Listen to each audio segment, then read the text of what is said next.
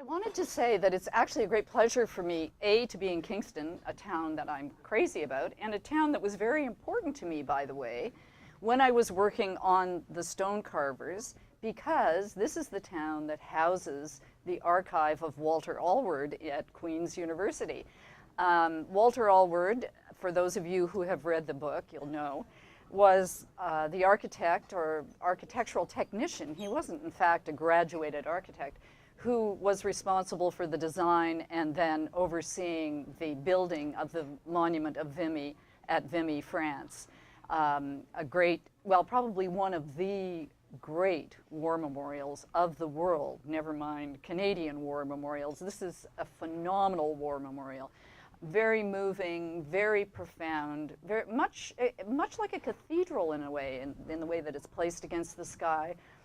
And also interesting in the sense that it predates by a long time the Vietnam Wall designed by Maya Lin, and she acknowledges this. I've read pieces by her in which she says there was a Canadian war monument that had a lot of names along the base, and it gave her an idea about how important it is to see names inscribed and how, you know, the statuary, the sort of iconography of the monument carries its own kind of power, but really the names are what matter. And for those of you who haven't been there, I highly recommend that you go to Vimy. It's an unforgettable, deeply moving experience. But it's also a pleasure to be here, of course, because of Marilyn, who is an old friend and a great writer herself, by the way, and has written so many interesting books, and her books as well are historically driven, and so we have a lot in common in that regard. And I remember when I met you, I believe we were both teaching in Kingston, and you were just beginning The Convict Lover, and you had found these letters, and I just remember. Now we know how long we've known each other. Exactly. And I remember thinking, God, you know, I remember sort of thinking, do you think I could go back and steal those letters at night while Marilyn is sleeping? Because it was just such a marvelous thing to have happen, to have, you know, your entire book fall into your hand out of a wall is just about as magical as it can get. I'm also delighted to be here talking about this book right now because I'm just on the verge of having my current manuscript start to, I hesitate to say fully pull together because I'm not sure that's really what's happening, but it's starting to take shape. And that means that I allow myself when I'm writing to write wildly off in all directions in hopes that there really is something there that resembles a pattern, and there's a reason for me to be interested in you know, the M1 motorway in Britain on the one hand and Gander Airport on the other, and you know, I don't know, the fields of Chartres in a third way. There has to be a connection. And the way that I sort of calm myself when I get to the point where I think, no, Jane, there isn't any connection. You're just, you know, as a matter of fact, this time it's not going to work. The way I get myself to a state of calm is I think about the stone carvers, because it began as a book that was about two really disparate things. The only thing those two things had in common was that they were both built. One was the Vimy Monument, which was, I thought, the driving force, and I think it really was. The book moves toward that. But at the same time, I had become obsessed by this marvelous church in the middle of southwestern Ontario that I had discovered as a result of picking up a pamphlet with its history on it. And I knew that those two things were connected, but when I sat down to write the book, I had no idea why or how. And by the time I finished the book, I knew for sure they were connected. And that's really how The Stone Carvers was born. Now, Marilyn made reference to Ireland. And you may notice I'm not wearing green. I am of Irish descent. I come from a family, one side of which had the name Quinn, and I would say that would be the dominant side. As a matter of fact, there was a saying in the Quinn family, you can marry into the Quinn family, but you can never marry out of the Quinn family. And several men who married in have made that clear by continuing to marry Quinn women in a sort of serial fashion. And in the conventional way, I might add. But I think it's important for us to remember, especially on St. Patrick's Day, that the Irish are not necessarily all about, getting loaded and staggering around the streets and, singing sentimental songs, etc., although perhaps more about the latter than they are about the former. Up until very recently, I had a little tiny, and I mean tiny, house in Ireland, and in a very remote part. And a very poor part of Ireland, actually, a part that the Celtic Tiger missed altogether. So, in fact, these people are in better shape than the places the Celtic Tiger visited, because he's gone now. And I got to know the people very, very well, and I am filled with such respect for the kind of hard work and tenacity that goes into their lives that I don't really feel I can wear green on not that I'm criticizing anyone who is, on St. Patrick's Day, simply because I think there's so much more to that culture. It's such a huge culture and such a deeply intellectual and literary culture, and a culture that cares so much for writers.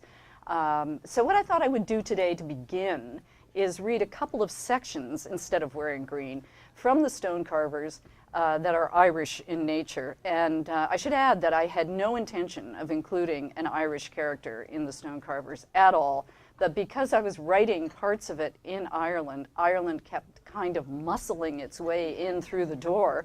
That's one, speaking of landscape, you cannot ignore Ireland. It just won't let you. If you try to ignore the landscape outside the door, it throws in the weather in the form of gales. And in fact, an average day would be a national emergency in Canada in terms of wind. And so it kind of rattles the doors and thumps down the chimneys and things like that. So I'm going to read about my Irish character.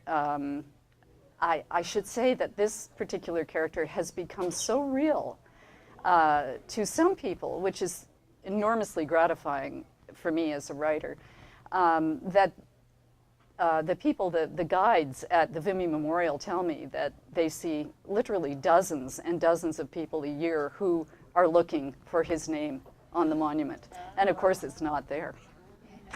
So, and often apparently they're incensed that it's not there. As some of you undoubtedly know, this book includes a lot of reference to the First World War in Canada. So the little section I'm going to read right now relates to the moment when people were departing and leaving and getting on trains and leaving their little villages to go to become soldiers. All over Ontario, boys were being worshipped and wept over as they covered themselves in khaki and marched toward a collection of similar brick train stations, part of a massive reverse migration. As if engaging in an act of revenge, Europe had demanded that the grandsons of the impoverished hordes that had left her shores a few generations before now cross the ocean to mingle their flesh with the dust of their ancestors. Blanketed in flowers, surrounded by song, accompanied by pipes and drums, young men departed from farms and factories, offices and banks, schools and churches as if enchanted, their faces smiling and oddly vacant. A fuss of this magnitude had never been made over them before, these farm boys and schoolboys and youthful laborers, and for the first time they felt themselves to be larger than life, a force so sweeping and elemental that they were on the verge of forgetting their individual names. The word "we" sprang so easily and so joyfully to their lips that the word "them" would not be long to follow. In the small, unimportant village of Shonaval, there was an experience of a slightly different nature, as only one young man, dressed in a red waistcoat, far too heavy for the perfect weather, walked out of town without fanfare, carrying a small suitcase he had been forced to steal from his father's attic. His mother had packed him a simple lunch, but had not embraced him before he left. His father would not speak to him at all, and his girl had dismissed him as a fool. Still, he kept his mind on the sky and convinced himself that when he had won the war in his aeroplane, his father would look on him with pride and Clara would love him again, better than before. His path would have been dusty and hot.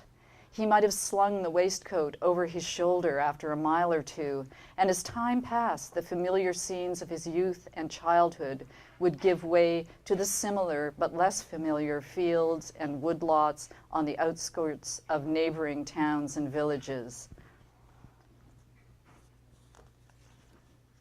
Perhaps someone going to market would have stopped him, and he would have shared the straw of their wagon for the space of several miles with a calf bound for slaughter. He would remember that the road he walked in the dark each night to Clara's house on the hill from his house in the valley and back again had taken him over the rough bridges of what appeared to be two quick-running streams, but in fact it was the same Schmidt's Creek doubling back on itself, gathering momentum for its hasty progress past the brewery.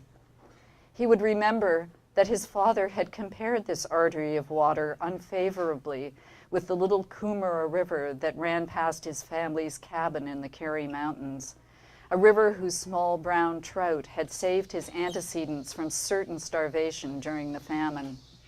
They had been poor, though not as poor as some. Their walls were made of stone, not turf. Poor enough, however, that when Eamon's father had been born into the totally altered post-famine world, there was some talk of him living with his grandfather, a cart maker in Cahersiveen, in order to reduce the number of mouths at the table. The talk stopped when it became clear that the old man was so totally altered that he would have to come to them to end his days near their own fire.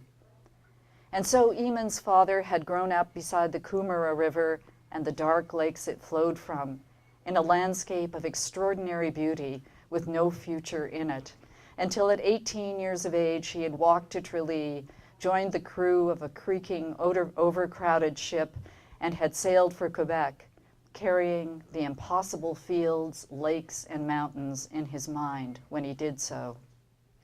It was all his father talked about, this small stretch of geography, as if it were a woman he had wanted to marry and was forced to separate from. Letters still arrived from there, full of newspaper clippings concerning the recent political uprisings, full of humble pleas for small amounts of cash. These were sometimes hidden by Eamon's mother because she knew that her husband could not bear to ignore them, and they got by on very little themselves.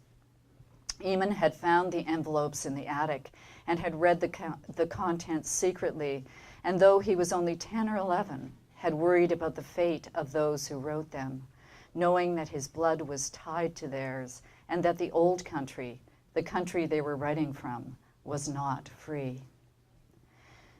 Though he was born in Canada, Eamon still spoke with a trace of the accent that so marked his parents' speech. He knew that Irish Catholics were not well thought of in Ontario, not now, not in the past. When thousands of them had arrived in the previous century, many dying of starvation and disease, all owning only the rags on their backs, they were considered to be dirty, lazy indigents who contributed nothing but their despised popish religion and dire epidemics to the New World. Now they were slightly more accepted, though they continued to be looked upon with mild suspicion, and the campaign mounted against them by the powerful Orange Lodge remained in force. Oddly, it was the German immigrants, the sons and daughters of the country Canada was now preparing to fight, that were held in the highest esteem, their cleanliness, blonde hair, and clear eyes making them a welcome addition to Canada. Was it his Irishness, Eamon would now wonder, that had set Clara against him, the telltale trace in his voice? Nothing in him had wanted to remind her of his origins in the beginning, and this, plus his shyness, had made it almost impossible for him to speak to her at all. Last year, walking back from Clara's farm, Eamon knew that he had fallen into sharp sadness and speechlessness, and he resented the stubborn authority of his emotions that each evening had pulled him toward the dark, cold, senseless journeys, toward the gold of the loved one's lit window, and then the golden color of her hair. Once he was inside her kitchen, he was admittedly grateful for the stove's warmth and mesmerized each time by the way Clara moved while she finished her chores. Often, though, he had been so uncomfortable that he kept his eyes down and had listened instead to the sound of her footsteps brushing the pine floor. When her back was to him, and while his own hands burned as the chill went out of them, he had looked furtively at her hands, placing clean dishes in the cupboard. He thought her hands were like white doves. Though he had never seen these birds, had dealt only with their cousin the pigeon, there was much reference to them in his father's sentimental Irish songs. There was a moment that he waited for each evening, a moment when Clara straightened her spine and reached behind her back to untie her apron. Everything about her then was bird-like, white doves and swans and skylarks singing wildly over the spot where some unlucky rebel boy was about to be exiled or hanged or shot. At the armories, the efficient medical officer would inspect in a manner terse and indifferent the body that Clara had caressed. No one in the room would have gasped as Clara had at the young man's beauty. One doctor, when being told by Eamon that he hoped the military might let him fly an airplane, might have smiled benignly at the guilelessness of youth, but this would have occurred absently and without real feeling. Clara, on the other hand, throughout her long life, would never see or hear an aeroplane without remembering the pact that Eamon had made with the sky. Thank you for listening.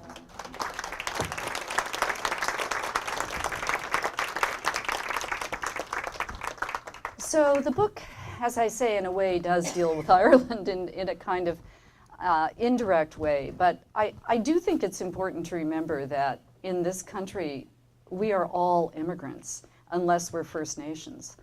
If anything, writing about the Irish has taught me that. The fact that I know that my family came from another country was something that became very, very deeply important to me as I moved through the series of novels, right up until the very last one, Sanctuary Line. And I know that it made me understand exactly what it is that Canada is in that regard. I mean, it's first of all, it caused me to think very deeply and respectfully, I hope, about First Nations issues and about, you know, what it means when you happen to be, you have a very emplaced culture and all of a sudden, you know, people start to arrive from all over the world. I hope that everyone is reading Richard Wagamese's Indian Horse, by the way, because I think that's an important book, and I think he is a very important writer. He was one of the people on Canada Reads. Very, very important book. So with that in mind, then, I think that I also began to understand just how fortunate we are that we were greeted, really, with such a lack of any kind of violence or threat from these First Nations individuals, because that's really quite unprecedented in many places. I mean, there was violence, of course, but you know, it was often instigated by the European settlers. And in many cases, there was no need for violence because the disease that was carried with the settlers was enough to reduce the population to the point where they were no longer deemed to be a threat. A terrible tragedy. That reference to disease in the section that I wrote is also kind of interesting in that I don't think very many of us were, or at least I was not too deeply aware of exactly how terrible the Irish migration was, and about how, you know, 50% of the people on the ships during the famine would have died of cholera before they even reached Canada, and then how terrible it was as the ships lined up to be examined at Grosse Ile, which was our sort of Ellis Island, how the ships back down the St. Lawrence would see bodies floating by that had been thrown overboard from ships further up, and as they were in a kind of traffic jam of approach to this country.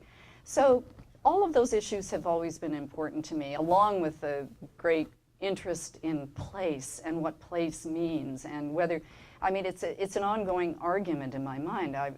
Do we belong in a place? Should we belong in a place? Does place enrich our lives, or does it make us more pugnacious? In other words, you know, is it place? I think about those posters in the Second World War that were of, you know, England's green and pleasant land, and that would be imprinted in the soldier's mind as he went off to fight and kill the other. They're all questions, and I think that's really what keeps me writing, is questions. I'm constantly asking myself questions while I'm writing. I'm hoping that I will have answered one or two of the thousands of questions that I'm asking myself when I'm writing by the time I'm finished. And in fact, that's one of the ways I know when I am finished. If I've taught myself something I didn't know, or I didn't know that I knew, if that makes any sense, when I started out, it usually, there's a sense of completion about that that says, okay, maybe we've got a draft here. So, as I say, it's a pleasure to go back and revisit the stone carvers, because I'm just at that moment when I may or may not be answering a question in the current manuscript. We'll have to see. So if you see no further books from me, you'll know the question wasn't answered.